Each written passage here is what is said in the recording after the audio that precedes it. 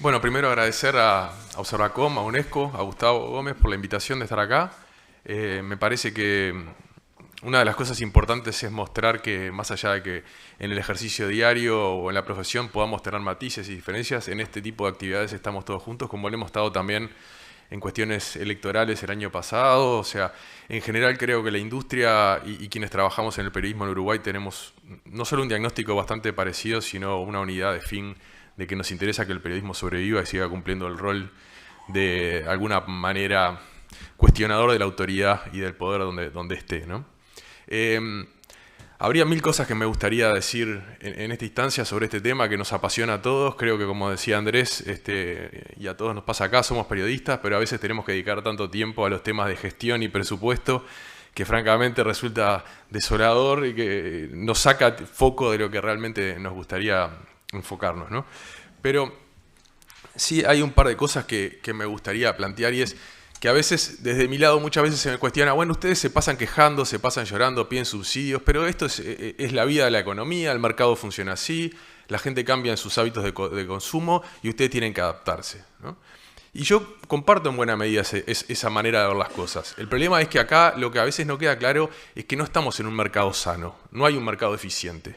El mercado, como está funcionando, y sobre todo la relación con las plataformas, no es un mercado igualitario, no es un mercado justo, no es un mercado que esté funcionando de manera eficiente que pueda servir a ninguno de los jugadores que están en el escenario.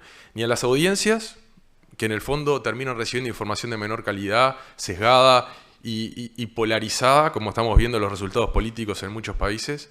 No les sirve a las empresas de medios que están pasando situaciones angustiosas, no les sirve a los periodistas que cada vez van más precarizada su situación, y tampoco les sirve al sistema político, porque a veces hablando con algunos dirigentes políticos, pasado cierto impacto, porque nuestra relación nunca es todo lo buena, que parte del juego es que no nos llevamos tan bien como se debería, es que te dicen, bueno, pero si yo tengo un problema contigo, por más que estemos en las antípodas políticas, yo levanto el tubo y yo sé con quién hablo. Ahora, con Google, ¿con quién hablo?, ¿no?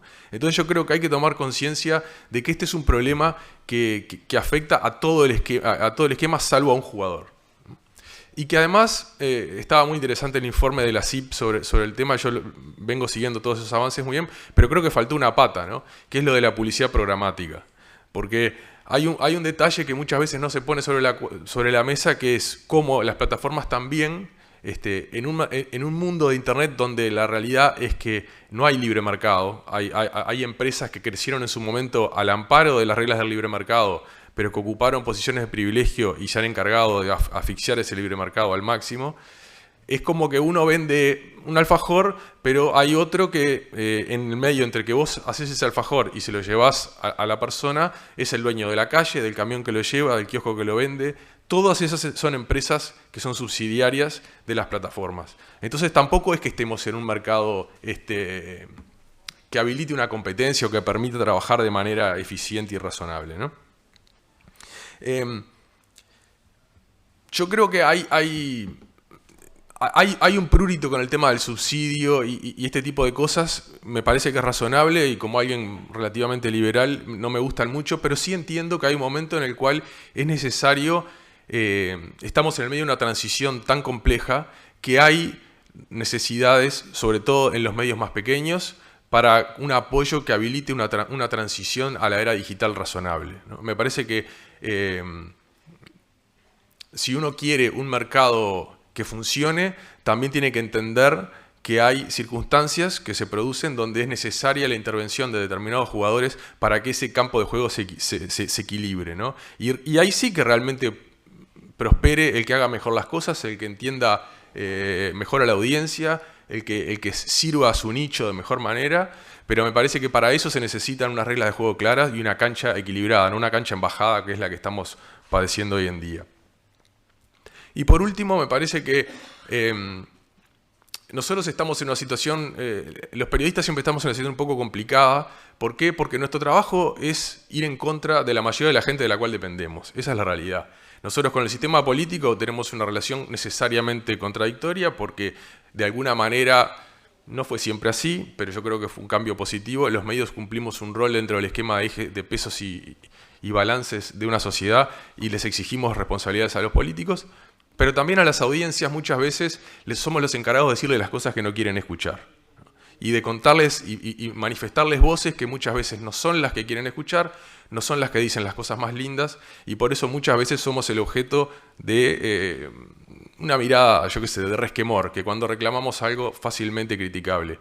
Pero me parece que a lo largo del día, y lo que estamos viendo, lo que pasa políticamente en el mundo en los últimos 10 años, es la consecuencia de un sistema de información que no es sano, que no es justo, que no es equilibrado y que a la larga está mostrando que tiene consecuencias negativas para todos los jugadores de la cadena. Por lo cual me parece que, si bien acá se ha dicho mucho que no hay recetas únicas, yo creo que hay una receta única de fondo, y es generar de vuelta un campo de juego justo y equilibrado donde los jugadores puedan, con determinadas reglas, competir, ganar, perder, pero con reglas y con un campo equilibrado. Y me parece que para eso no importa tanto el país, sino que importa que esas reglas sean justas y respetadas por todos. Así que muchas gracias.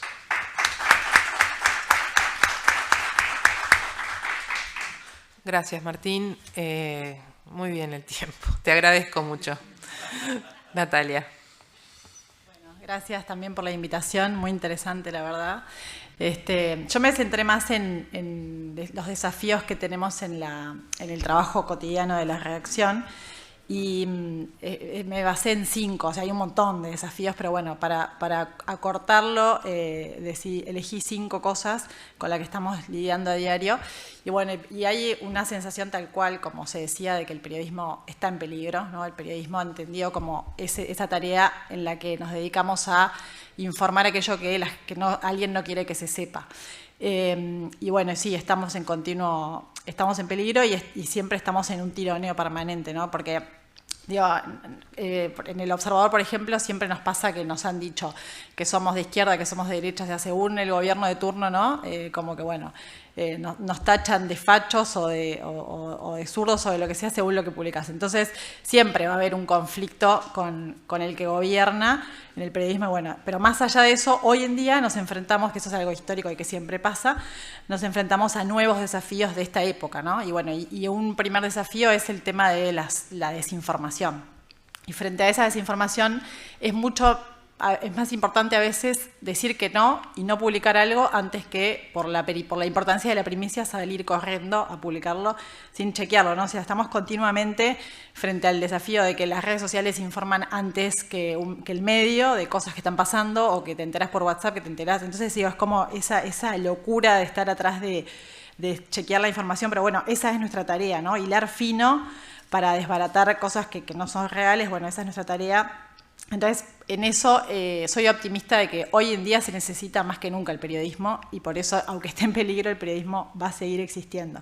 Después, otro desafío es que las audiencias están agotadas de información, ¿no? Bueno, pasaba con lo que informaban de lo que pasó en la pandemia, que bueno, que en ese momento como que más que nunca se recurría a los medios tradicionales. Pero bueno, eso pasó y la gente quedó como saturada de información. Hoy en día recibe información por todos lados.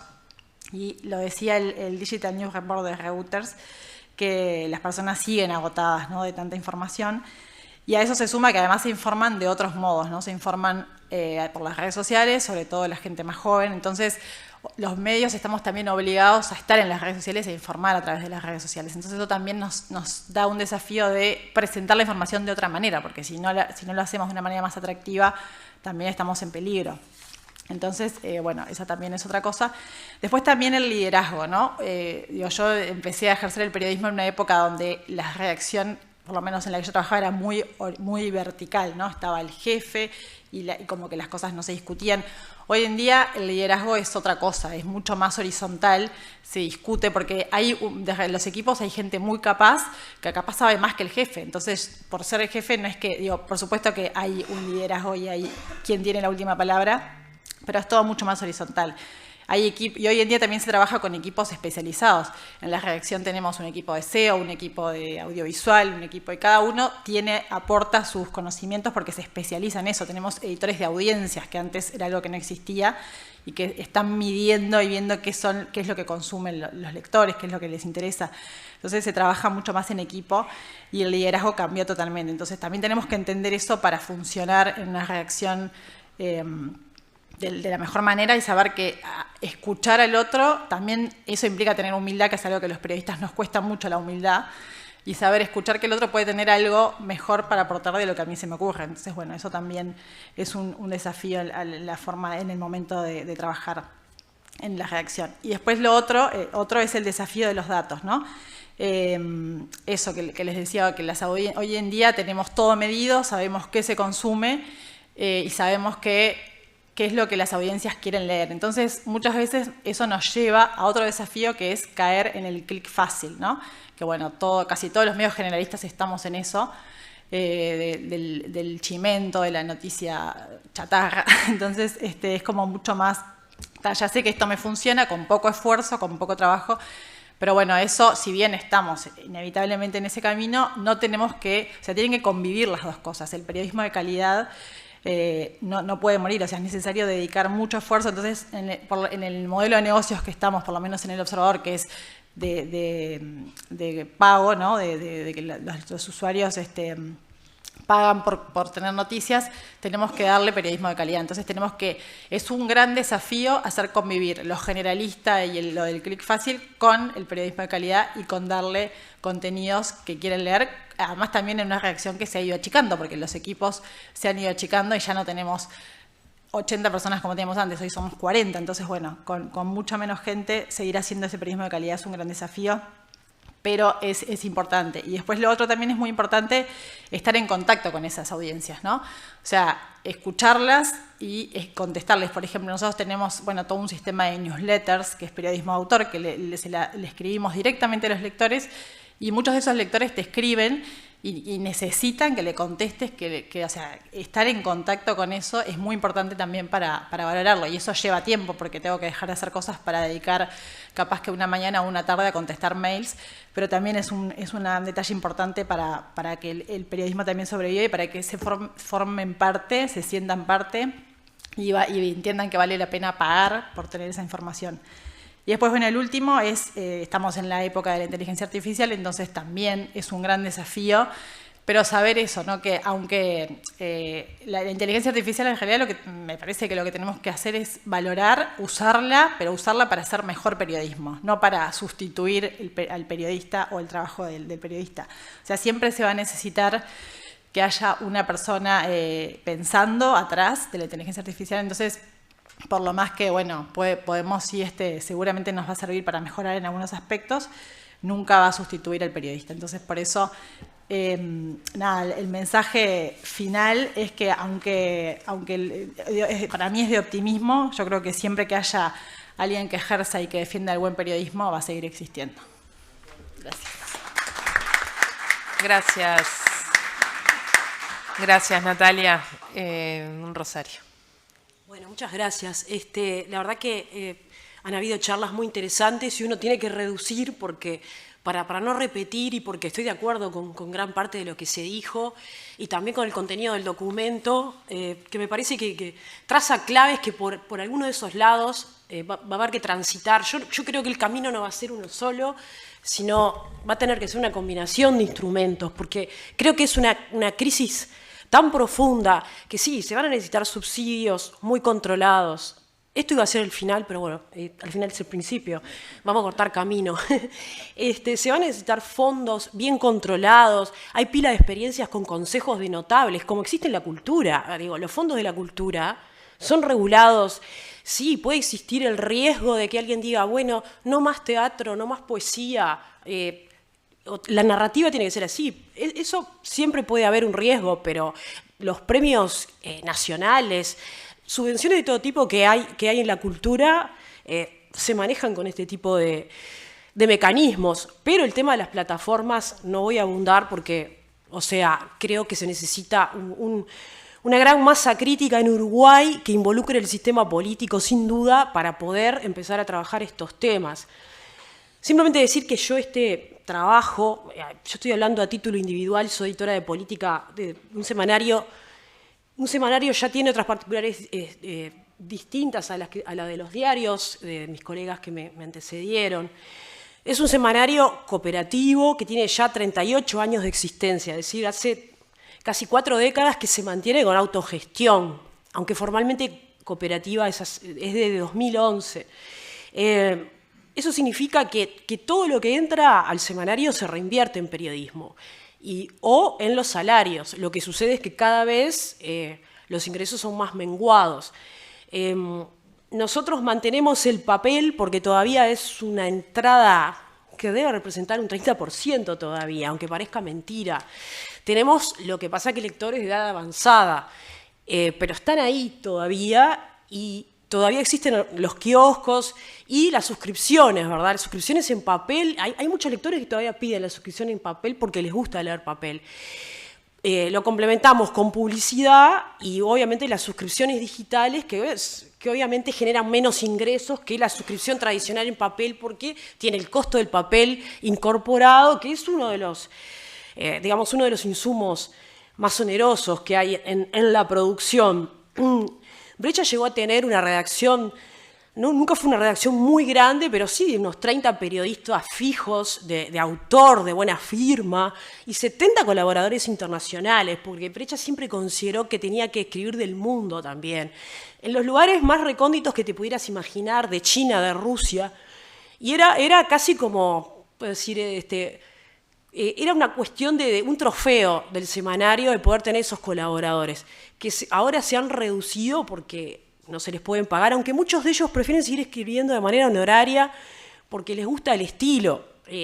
Hay una apuesta también a la calidad de la escritura. A nosotros nos encantan las notas largas, por ejemplo, y defendemos ese tipo de periodismo también como puede existir en otras revistas que todos conocemos, de periodismo colombiano, peruano. El reportaje, ¿no? El género del gran reportaje que se está perdiendo. Y claro, estamos muy rezagados en lo que son las nuevas tecnologías, por quienes estuvimos más años en el semanario. Para esto, obviamente, los jóvenes son fundamentales y para esto también son fundamentales los ingresos para lograr capacitación en todas estas cosas que estuvimos hablando, ¿no? De cómo incorporar imagen, cómo incorporar todo el tema de podcasts, por ejemplo. Para nosotros la fotografía también es muy importante. A veces se habla mucho del contenido de una nota, pero la buena fotografía, la buena remuneración a los fotógrafos, que son también periodistas los fotógrafos. Bueno, esto es un poco para marcar un perfil de las particularidades que pueden tener algunos medios que también son bastante antisistémicos, ¿no? Contrapoder, más allá de la línea editorial de Brecha. Brecha siempre ha sido extremadamente incisiva con todos los gobiernos de turno. Y eso es algo que, bueno, se pagan las pautas publicitarias, como ustedes saben, se paga de distintas maneras, pero bueno, es un sello de fábrica que no se va a cambiar a esta altura. En cuanto a estrategias, estamos tratando de construir comunidad, algo que, por ejemplo, la Diaria ha trabajado muy bien, ya que tengo acá a Natalia al lado mío, por ejemplo, haciendo convenios con Cinematec, con la Cinemateca Uruguaya, con teatros, con librerías, de modo de fidelizar una masa de suscriptores. Son cosas que tienen sus vaivenes. Hay momentos que funcionan, hay momentos que eso se cae, porque todo el tiempo hay que estar inyectando, empujando, fidelizando. Por ejemplo, se termina la suscripción, hay que estar llamando a la persona, porque la persona hay que atenderla, decía también Natalia, con los newsletters, pero la gente necesita que vos le estés solucionando el problema, ¿no? En una época también de tanto pago automático. Entonces, nosotros, uno de nuestros déficits es poder profesionalizar un montón de áreas, como hablaba recién Natalia, de todo el tema de los códigos SEO, todo ese tipo de cosas, y para esto es fundamental que pudiéramos tener ingresos frescos.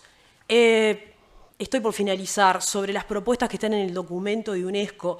En Uruguay en 2018 hubo, yo le llamaría algunos escarceos para empezar a trabajar en algo de esto, entre algunos propietarios de medios de comunicación, que no prosperó porque creo que no se logró integrar de manera adecuada todo el sistema, a todos los actores, como decía la colega peruana, ¿no? A los trabajadores, al Estado, al sistema político, de modo de lograr un convencimiento en todo esto. Yo creo que lo que pasa en Uruguay es que también falta una cultura de entender lo que es el periodismo de calidad. También en otros países puede pasar esto. Porque Uruguay en determinadas épocas tenía un público consumidor de cultura, de periódicos, gente que compraba 3 periódicos de líneas editoriales diferentes, por ejemplo, porque quería abordar la realidad con diferentes enfoques, o seguía periodistas, de repente seguía, para decir, uno de mis ídolos, que es Carlos María Gutiérrez, el Negro Gutiérrez, pero también seguía a César Di Candia. Le gustaba ver cómo el mismo acontecimiento era analizado, investigado por diferentes periodistas. Y eso se ha perdido, yo creo que porque también se necesita, me parece, hacer una campaña de sensibilidad, de sensibilización de lo que es el periodismo de calidad o el periodismo independiente. Me parece que es fundamental también, porque yo pensaba en esto, los vinos de calidad de Uruguay. Y nosotros vemos publicidad donde todo el sector está unido y, bueno, habla del Tanat o del Merlot. Y, bueno, creo que con el periodismo se necesita un mensaje que diga, suscríbete al que quieras, pero suscríbete. Entendé cómo se genera una información, entendé todo lo que hay detrás, entendés que un periodista viaja al interior, cosa que nosotros siempre hay una cosa que toda plata que entra y pasa algún hecho novedoso en el interior y nosotros mandamos un periodista en el interior. A veces se ha quedado a dormir en la casa de un tío, porque para hacer periodismo, con sobredormir, hemos estado haciendo periodismo en sobredormir. Me acuerdo cuando fue el tema de la casita del parque, por ejemplo, ya que estamos. Y bueno, en definitiva, lo que hay que hacer es también que la gente entienda que los periodistas, si bien son falibles, por supuesto, eso siempre hay que decirlo, atrás de eso hay estudio, hay sacrificio. Creo que eso se está perdiendo. Y hay que transparentar los costos que tiene el periodismo, sobre todo el periodismo de investigación, que no es rentable, y el periodismo escrito, ya sea en papel o en digital. Porque de esa manera, todo esto que estamos reclamando de alguna manera va a tener una masa crítica que lo va a hacer viable. Entonces, me quedo por acá.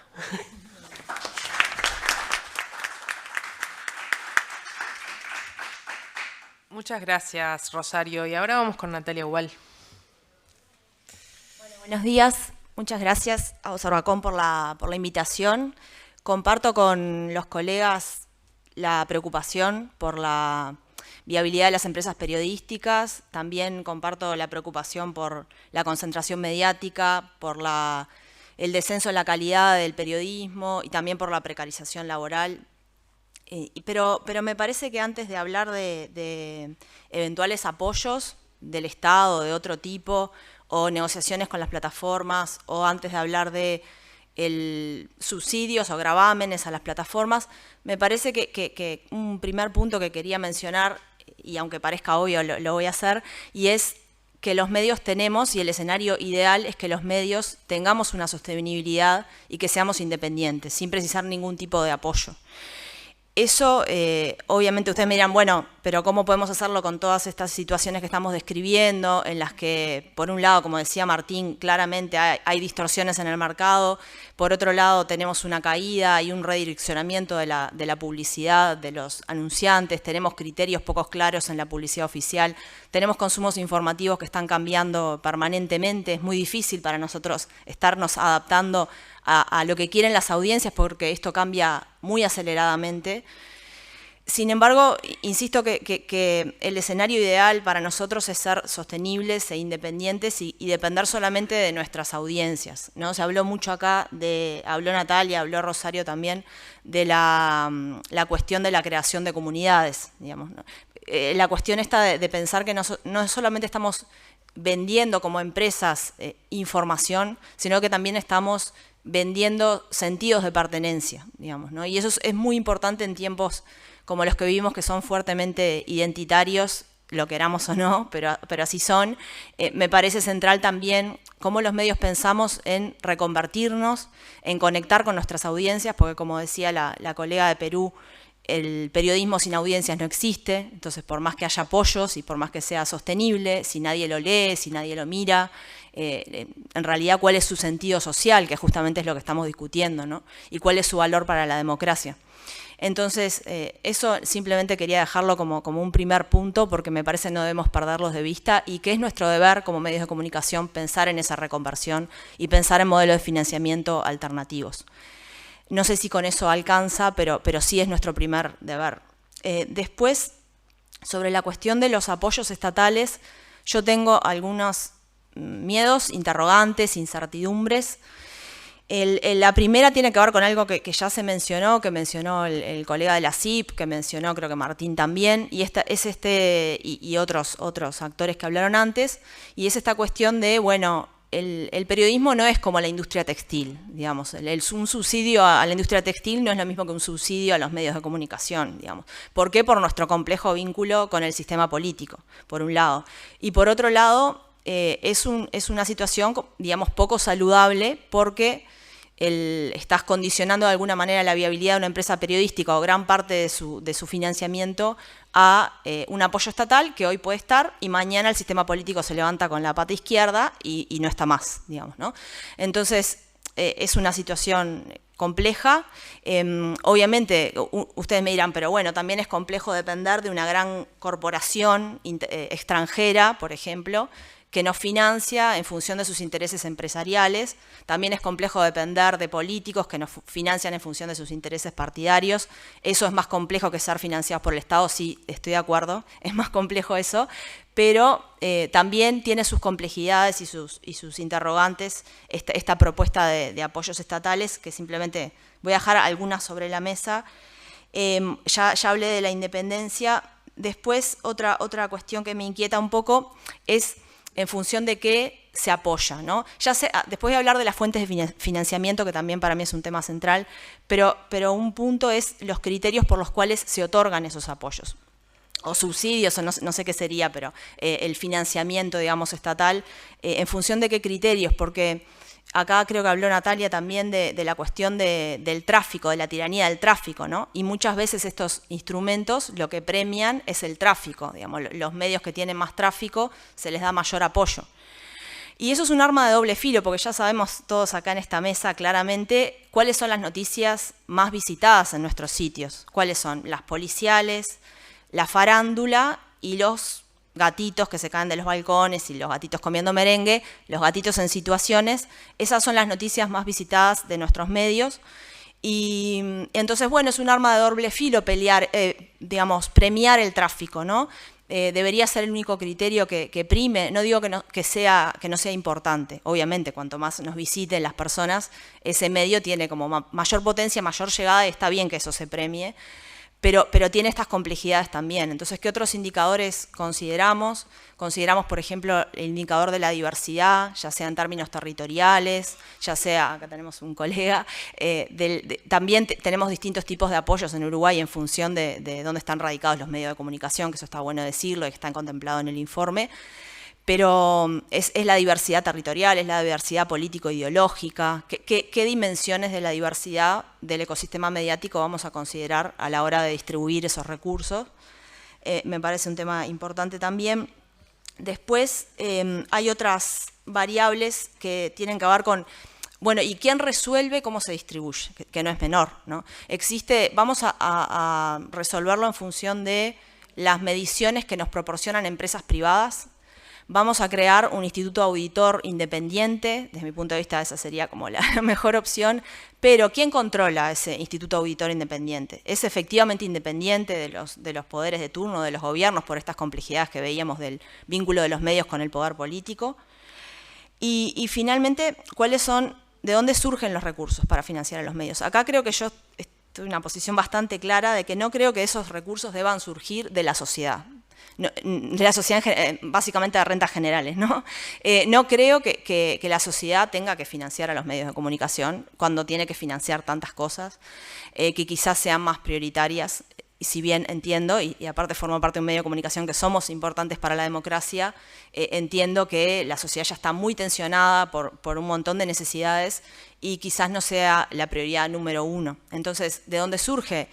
Claramente surge de las plataformas. y bueno, ya se ha dicho acá bastante.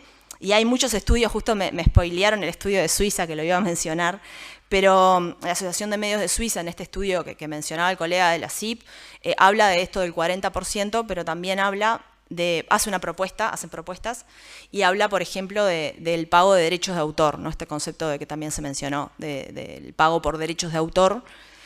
Y hay el modelo de Australia, por ejemplo, que también se mencionó, no voy a repetir nada, lo que se dijo, pero también, por ejemplo, pasan cosas como las que pasó en Canadá, vieron hace poquito. En julio hubo una ley que se llama Online News Act, que lo que hizo fue establecer que las plataformas o bien tenían que redireccionar a los portales de medios o bien tenían que pagar lo que se llama como un impuesto de enlace si digamos, directamente aportaban, o entraban por esa plataforma. Lo que pasó es que las plataformas dijeron, bueno, me hacen pagar, directamente quito los contenidos noticiosos. Entonces, y bueno, están en esa tensión. Entonces, claramente no es fácil tampoco, ¿no? Establecer, no solamente no es fácil porque no tienen rostro, como dijeron acá recién, es difícil identificar los interlocutores, sino que no es fácil por el enorme poder que tienen. Ahora en Uruguay nos está pasando que hay una disposición en la rendición de cuentas que con toda legitimidad el partido de gobierno resolvió incluir, y Spotify está amenazando con que se va a ir del país, y tienen ese poder de alguna manera bueno, también poner en jaque políticas públicas de representantes democráticamente electos, cuando en realidad ellos no tienen ninguna representatividad democrática. Entonces, me parece que bueno, tiene sus dificultades de implementación, pero en definitiva, para cerrar, creo que lo central, si vamos por un apoyo, es que no cargue a toda la sociedad, sino que justamente cargue a quienes se enriquecen con nuestro trabajo actualmente. Gracias.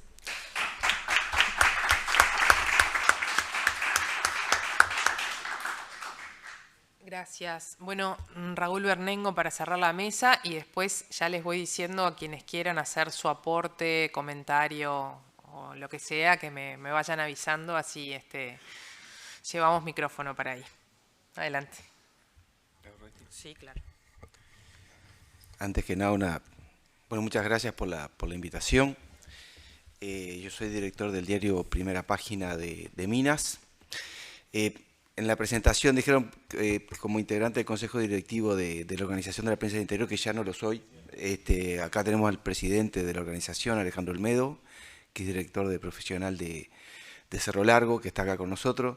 También tenemos a varios directores, colegas de algunos de los diarios más leídos del país, de Telégrafo de Paysandú, de Acción de Mercedes, que son periódicos que se conocen muy poco acá en Montevideo, porque prácticamente no tienen circulación en Montevideo, pero que están entre los más leídos del país. Y estamos, los números fríos dicen que no estamos tan bien como solíamos estar. Como prensa escrita, aunque buena parte de nosotros ahora tenemos portales noticiosos de internet, pero por tradición les llamamos prensa escrita, llegó a haber 97 periódicos en el interior del país. Eso es el máximo en los últimos 10 años, en el año 2016. Yo tengo unos números de los últimos 10 años, el máximo fue en el año 2016, llegó a haber 97. Ahora, en este año, somos 78 periódicos. Estoy hablando de diarios, semanarios, bisemanarios, quincenarios, mensuarios, sumando todos los periódicos, somos 78 en total. Es el número más bajo de los últimos años. Y además se lleva en estadística de los periódicos, de los que se abren y los que cierran cada año. En los últimos 10 años, el máximo que se dio en los años 2017, 2018, 2019, en esos 3 años desaparecieron 6 periódicos en el interior del país, que fue el máximo de los últimos 10 años. En el año 2023, a julio, ya van 6. Ya alcanzamos el máximo de los últimos 10 años, y por lo que recién comentaba con algunos colegas, hay por lo menos 2 o 3 más periódicos que van a cerrar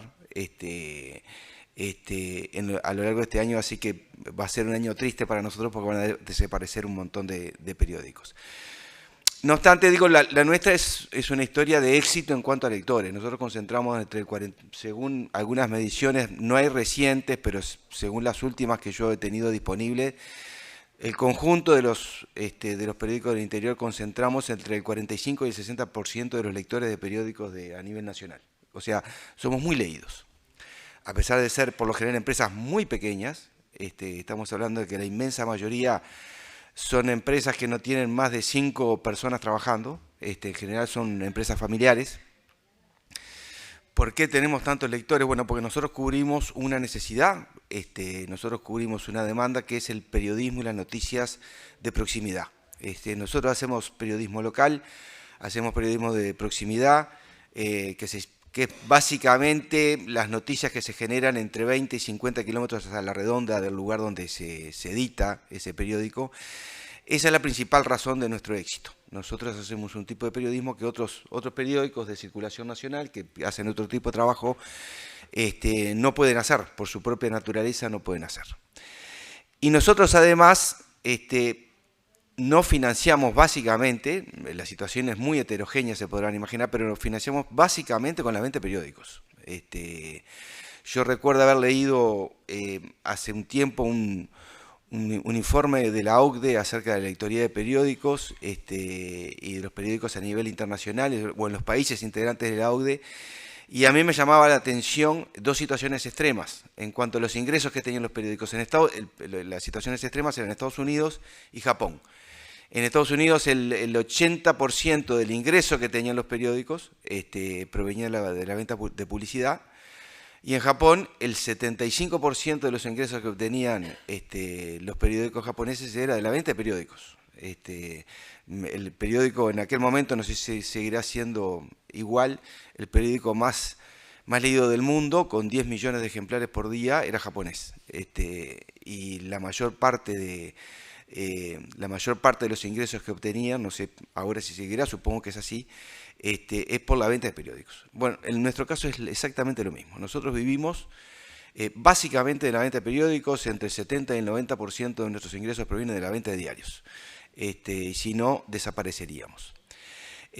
También tenemos, que es un tema que se ha tocado en más de una ocasión como propuesta, como realidad en otros países, el tema de los subsidios. Nosotros contamos con un fondo de fomento de la prensa del interior desde hace 50, 60 años. Esto fue creado por ley en la década de 1960 del siglo pasado, por los legisladores en aquel momento, que se distribuye, además de una manera transparente. Hay una comisión que lo administra, que tiene representantes del Estado y tiene representantes de los beneficiarios, de las empresas periodísticas del interior.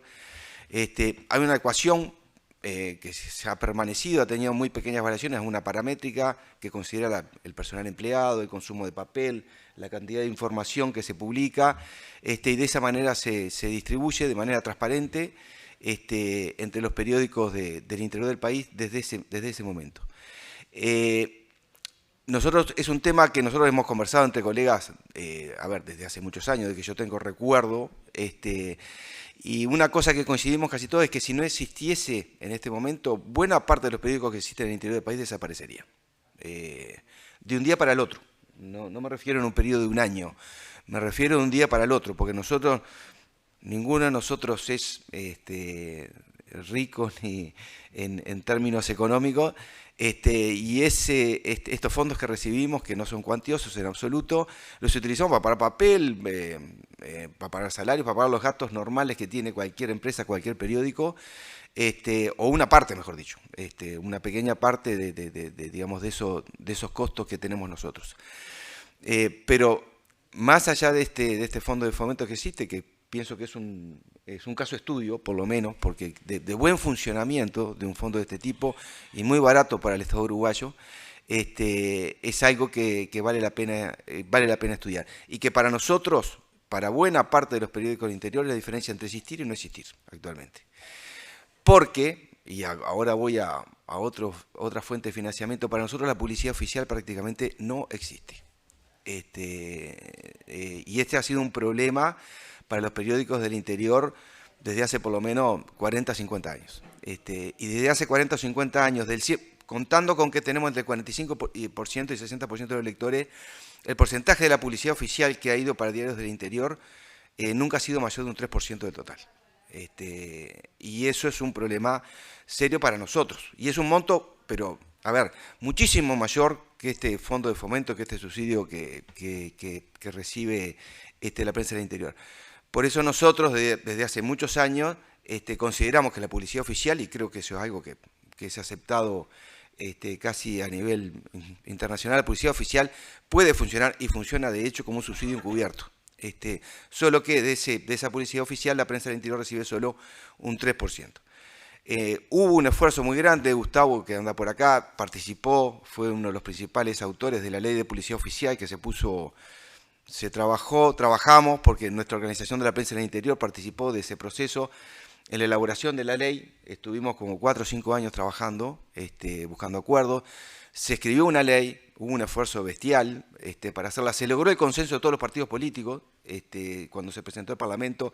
Ya ni me acuerdo, Gustavo me podrá corregir, pero debe haber sido por allá, por el 2015, 2016, que se presentó en el Parlamento con el apoyo y la firma del legislador de todos los partidos.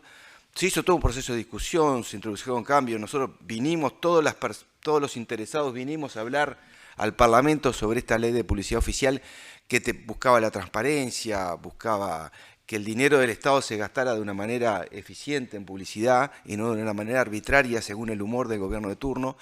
Tenía muchísimas virtudes, yo creo que una de las principales era la transparencia. Establecía además que el 30% de la publicidad oficial se iba a dedicar a los medios de comunicación del interior, que quizá no hacía justicia con la cantidad de lectores y oyentas y televidentes respecto a la zona metropolitana de Montevideo. Por lo menos era un avance importante respecto al 3% que veíamos o que teníamos y que más o menos tenemos, quizás ha subido un poco últimamente, pero no mucho. Y en el año 2019, cuando estábamos terminando campaña electoral, en víspera de elecciones, esa ley, cuando llega al Senado y faltaba el último voto, después de un larguísimo proceso legislativo, no recibió los votos, fue rechazado. Y no la tenemos. Y para mí es una tragedia para el país, para los medios de comunicación del país y para el país en general, que este país no cuente con una ley de publicidad oficial como esa, que es un proyecto que yo creo que debería reflotarse, debería aprobarse primero, para que el Estado invierta de manera eficiente sus recursos y segundo, para que lo haga de manera transparente. Hoy el Estado es opaco en cuanto a cómo gasta la publicidad oficial, que es muchísimo, les reitero, es muchísimo más lo que gasta el Estado, que es dinero de los contribuyentes, en publicidad oficial respecto a este Fondo de Fomento de la Prensa del Interior. Quiero terminar con un caso de éxito, porque nosotros estamos en crisis, como está buena parte de los medios de comunicación, especialmente los periódicos, y un caso de éxito es el del periódico Centenario de Cardona, que frente a la crisis buscó maneras creativas de permanecer y de tener éxito.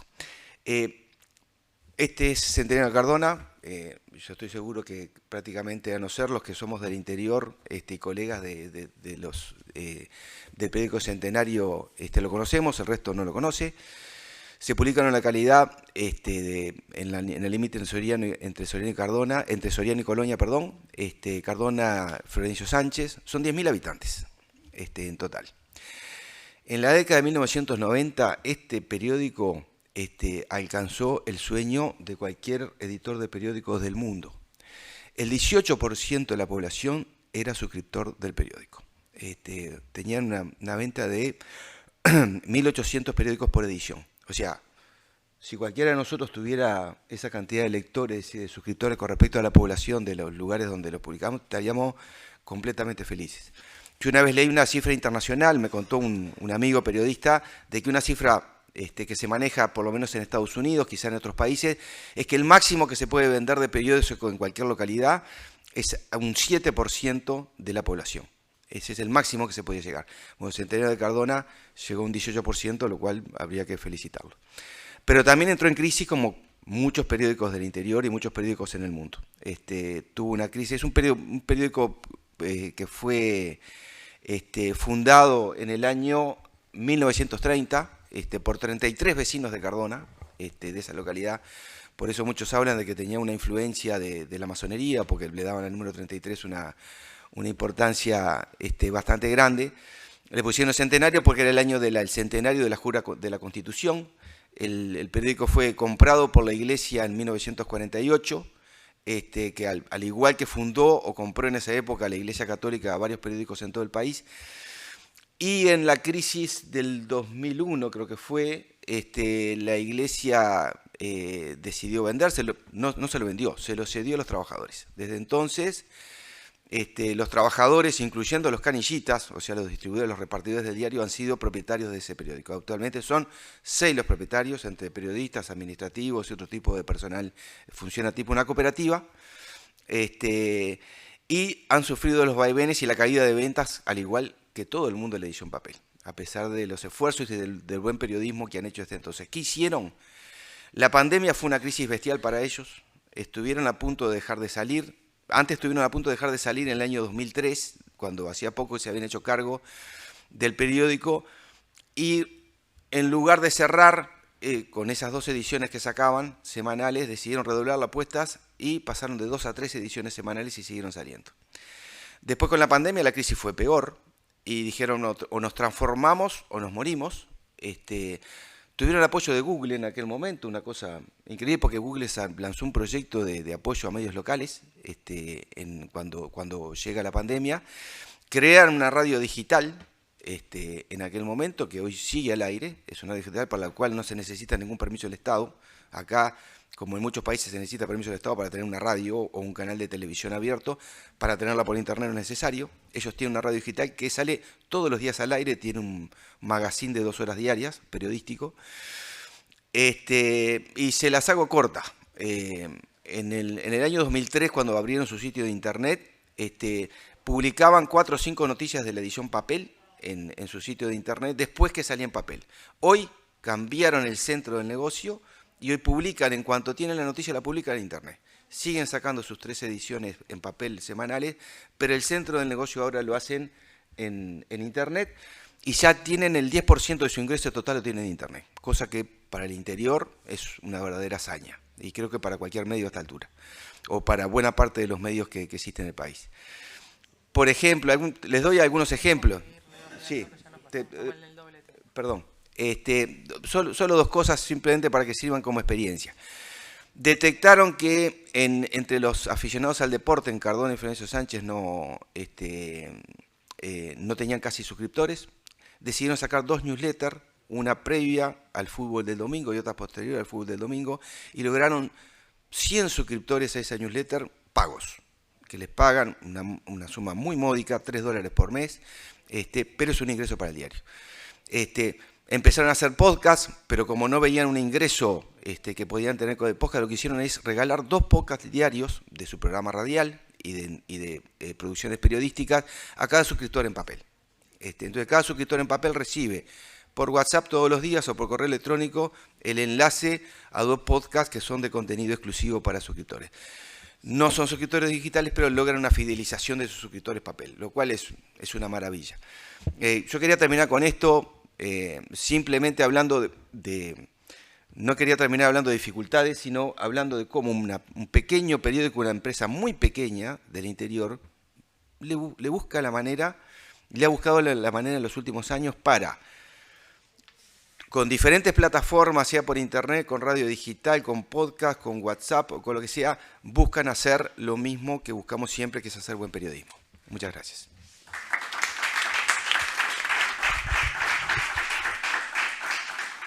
Bueno, muchas gracias. Y ahora queremos escucharlos a ustedes. No sé si alguien va a tomar la palabra. Allá, Nico. Sí, y despedimos a Martín, que desde antes ya se había excusado, que tiene otro compromiso. Mil disculpas. Gracias, gracias. Allá atrás, Nico, y les pedimos que se presenten cuando vayan a hacer uso de la palabra. Ahí. Buen día, Rosario Fernández, de Diario Acción de Mercedes. Bueno, 2 apuntes nada más. El primero, respecto al tema de las plataformas tan conversado. Mi medio, en realidad les va a causar gracia, es un medio que hasta el día de hoy no tiene página web. Tenemos dominio, pero no página, en una idea media loca de que teníamos y tenemos que aferrarnos al papel, yendo contra todo lo aconsejable y lo razonable. Siempre eso fue porque nos pareció que regalar nuestro trabajo era una cosa inconcebible.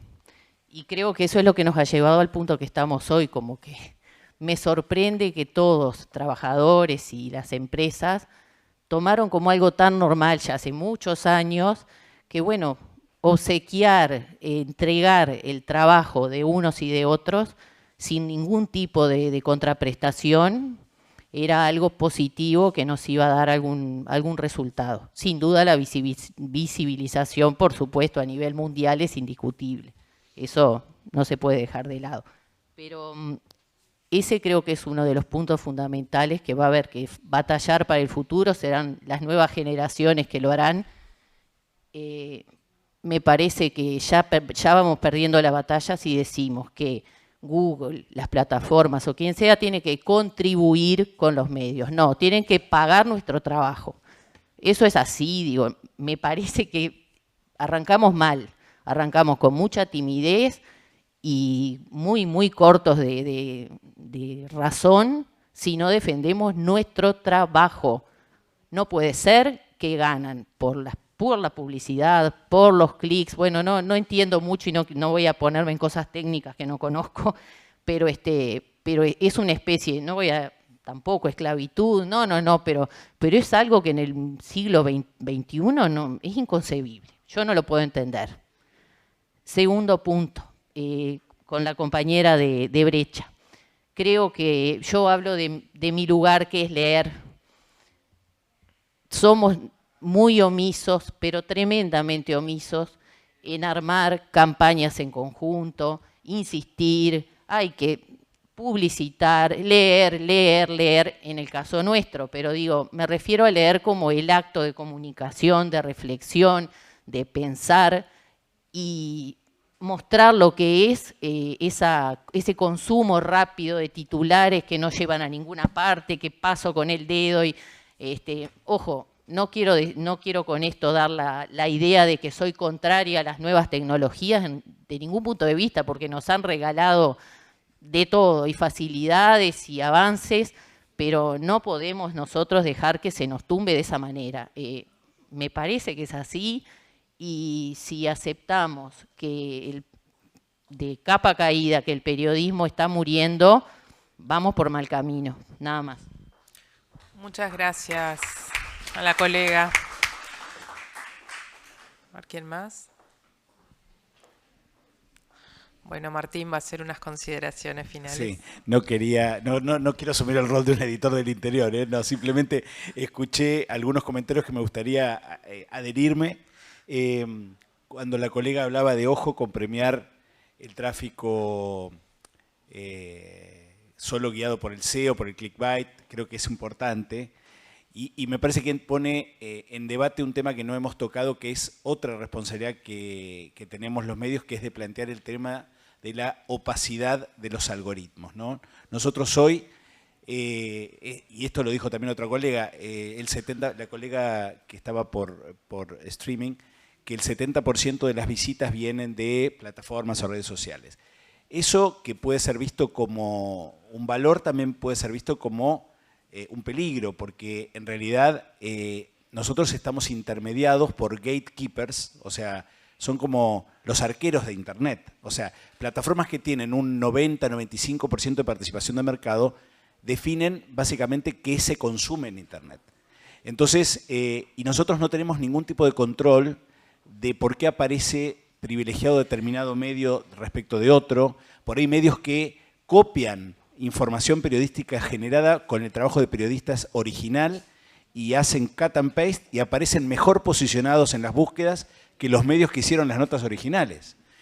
Esto es gravísimo, o mucho más, bueno, un tema muy conocido es el contenido patrocinado, que hoy se venden palabras claves en los buscadores por los cuales los medios, el que más paga, mejor aparece.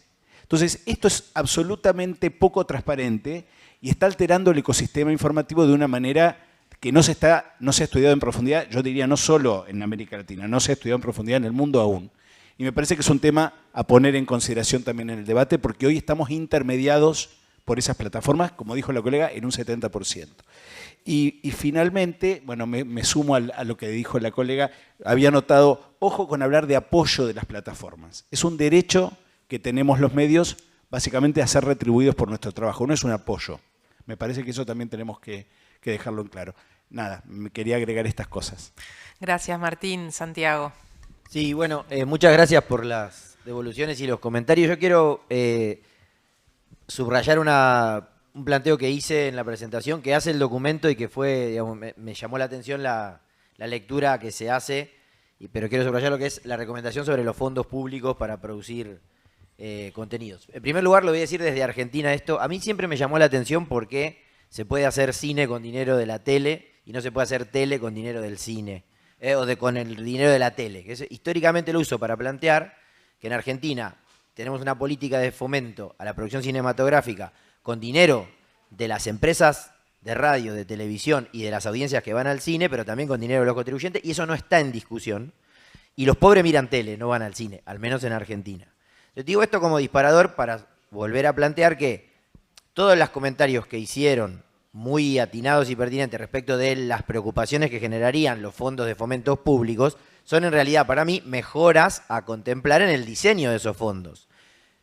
Digamos, que el manejo sea prístino, que no sea gubernamental la organización que decida el destino, que se puede, digamos, hay mecanismos exitosos como el que planteaba Raúl respecto de el fondo de fomento para, no se llama así exitamente, pero para los medios de tierra adentro en Uruguay, que contempla a los beneficiados, sin que esto sea una calecita tracción a sangre, ¿no? Que es el modo en que a mí me parece funciona el fomento del cine en Argentina. Los directores a veces reempujan y a veces les toca filmar, digamos, sin caer en esa idea, con representación en esos organismos, diversa en términos políticos, diversa en términos de actores, y definición con claridad de los objetivos, fondos concursables, cláusulas gatillos para devolución de los fondos si no fue destinado para... Digo, son miles de elementos de un recurso que podría ser posible para hacer lo que aquí queda claro, que es que alguien le tiene que juntar la cabeza a los productores de medios, que son grandes empleadores en nuestros países, los únicos que producen contenidos, para exigirle a las plataformas que pongan el capital, porque no es con dinero de los contribuyentes y no es con dinero de los que ya emplean a trabajadores. Digo, una cosa que nunca se ha dicho, ¿cuál es el mayor empleador de trabajadores de prensa, de medio de comunicación en Argentina? Seguramente el Grupo Clarín. El Grupo Clarín hoy es el débil frente a Google y a Facebook. Y yo creo que a Martín escucharme decir esto le puede llegar hasta sacar alguna sonrisa. Lo que digo es, está claro el desequilibrio y habría que usar incluso hasta argumentos de la otredad en el debate. Como por ejemplo, es un contexto en donde compiten en términos desiguales. Las empresas de capitales nacionales que emplean y tributan impuestos están reguladas. Y conviven con empresas globales que no pagan impuestos, que no están reguladas, y a las que les esquilman el valor de la producción de sus trabajadores. Si la discusión de eso no se resuelve en modo político, yo no veo que el voluntarismo logre pasar a un nuevo paso que sería convivamos con la buena onda de Google de desarrollar un programa con 3,50 pesos para sostener un medio en Cardona o en Trenquelauquen o en Tres Lomas, provincia de Buenos Aires. Gracias, Santiago. Allá hay un colega que quería agregar algo. Sí, buenos días. Alberto Bacaro, soy director del Telégrafo de Paysandú. Bueno, coincido con prácticamente todas las exposiciones que se han dado, distintas ópticas han tenido, pero la realidad es que veo un futuro bastante negro. Creo que va por el lado, la solución va por el lado sí o sí del subsidio. No sé quién lo paga, si las grandes plataformas o lo paga el Estado. Todo atenta, digamos, a la sustentabilidad de los medios. Se hizo una diferenciación, lo dijo la Inés en la exposición por digital, entre lo que son los medios y lo que son los periodistas. Creo que primero habría que hacer esa diferenciación. Creo que los periodistas hoy están encontrando nichos que van por afuera de los medios y podrían llegar a solventarse de otra manera. El problema lo tenemos los medios y en el caso de los medios del interior, además, porque apuntamos a un público mucho más pequeño de lo que pueden tener los medios metropolitanos. Se habla que, como datos, que se puede aspirar a una suscripción de un 1% de la lectoría que se tiene en Internet. Yo soy de Paysandú, en Paysandú son 100.000 habitantes, no voy a hablar de lectoría, pero sí son 100.000 habitantes, podríamos aspirar entonces un 1% a 1.000 suscriptores. La suscripción es muy baja, normalmente lo que se puede llegar a cobrar, de 3, 4 dólares por mes. Eso no hace sustentable un medio. Competir con la publicidad, con las redes sociales, competir con Google es casi imposible porque los valores son ínfimos y tienen muchísimo más alcance y tienen unas herramientas que nosotros no contamos de a quién le llega la publicidad, cuál es el público objetivo, tiene todas las herramientas que nosotros no tenemos. Entonces competir con eso es sumamente difícil también. O sea, no tenemos la suscripción como forma de sustentarnos, no tenemos la publicidad para sustentarnos. Hoy, en el caso del telégrafo, todavía es muy fuerte la venta en papel, pero si no existiera la venta en papel no sería sustentable tampoco. Entonces, necesariamente creo que va por el lado de los subsidios, pero de algo también que no se ha hablado acá y es las exoneraciones tributarias. El telégrafo está bajo el mismo régimen que los medios de Montevideo porque está por encima de una facturación, creo que es de 4 millones que empiezan a tributar, de unidades indexadas. Entonces no estamos exonerados, creo que a esta altura somos el único medio, porque se han achicado tanto los medios del interior, que prácticamente todos están exonerados porque están debajo de ese valor mínimo por el cual los medios quedan exonerados. Nosotros estamos por encima de eso, pero creo que a esta altura somos el único medio en el interior que estamos sin exoneraciones. Creo que eso debería plantearse primero como mínima ayuda para todos los medios, no solo de los del interior, a nivel nacional, exoneración total, empezar por ahí. Y bueno, por lo demás, la verdad que me pareció muy interesante las disposiciones, coincido en todo. Muchas gracias. Bueno, en nombre de Observacom, tenemos a alguien más. Y tenemos a alguien más. Bueno, ¿dos más? Vamos.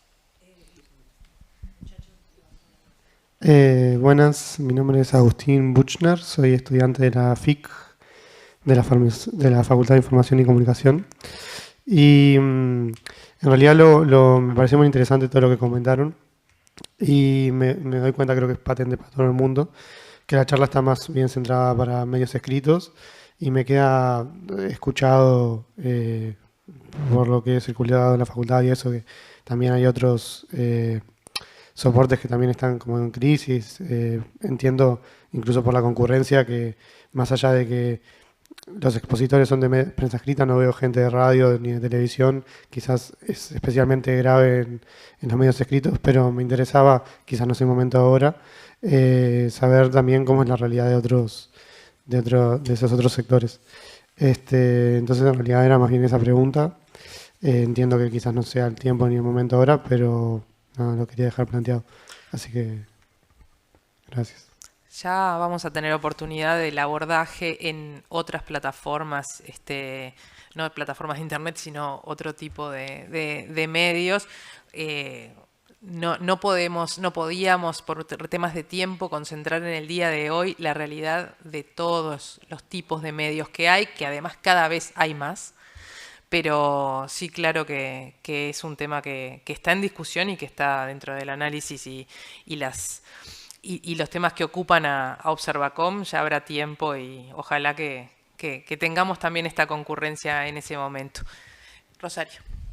Un aporte cortito sobre este tema de las subvenciones, que bueno, fue un eje importante hoy, ¿no? El mundo nórdico me parece que es algo que hay que centrarse, porque capaz que en el documento de ustedes no aparece tanto. Lo leí rápido, capaz que sí, disculpen si no es así, pero Noruega, Dinamarca, Suecia, Finlandia, Austria y Holanda, si no tuvieran esos mecanismos, prácticamente no tendrían prensa, porque además sus idiomas hacen que no puedan tener lectoría internacional. En Brecha tuvimos una editora que era sueca y realmente nos enseñó muchísimo de esto. Además era implacable, digo, en el sentido de que por más subvención que existiera, jamás dejaría de hacer periodismo de investigación. Y hay un autor de la Facultad de Ciencias Sociales de Manchester, Peter Humphrey, que dice que en el caso de Suecia, cuando se puso el subsidio, los medios fueron mucho más impiadosos, porque precisamente querían demostrar que los fondos que estaban recibiendo no los condicionaban. Entonces, el periodismo se disparó a un nivel increíble en países que están en el top, en índice de desarrollo humano, en anticorrupción. Entonces, me parece, yo coincido, lo que hay que ver es cómo hacer el mejor mecanismo que podemos tener, y que acá en el interior existe desde 1968 para subsidiar el papel. No digo que sea el último, porque a esta altura creo que hay que buscar plata ya con las grandes, porque como decías vos, ahora Clarín, hasta Clarín no parece el actor tan gigante que es en relación a estas tecnológicas. Nada más, disculpe. Bueno, ahora sí. No, ¿ya está? Bueno. En nombre de Observacom y también de UNESCO Montevideo, les agradecemos que hayan estado hoy con nosotros. Es súper importante que hagamos énfasis en este tema por la importancia que el periodismo independiente tiene en la vida cotidiana y en las democracias de los países.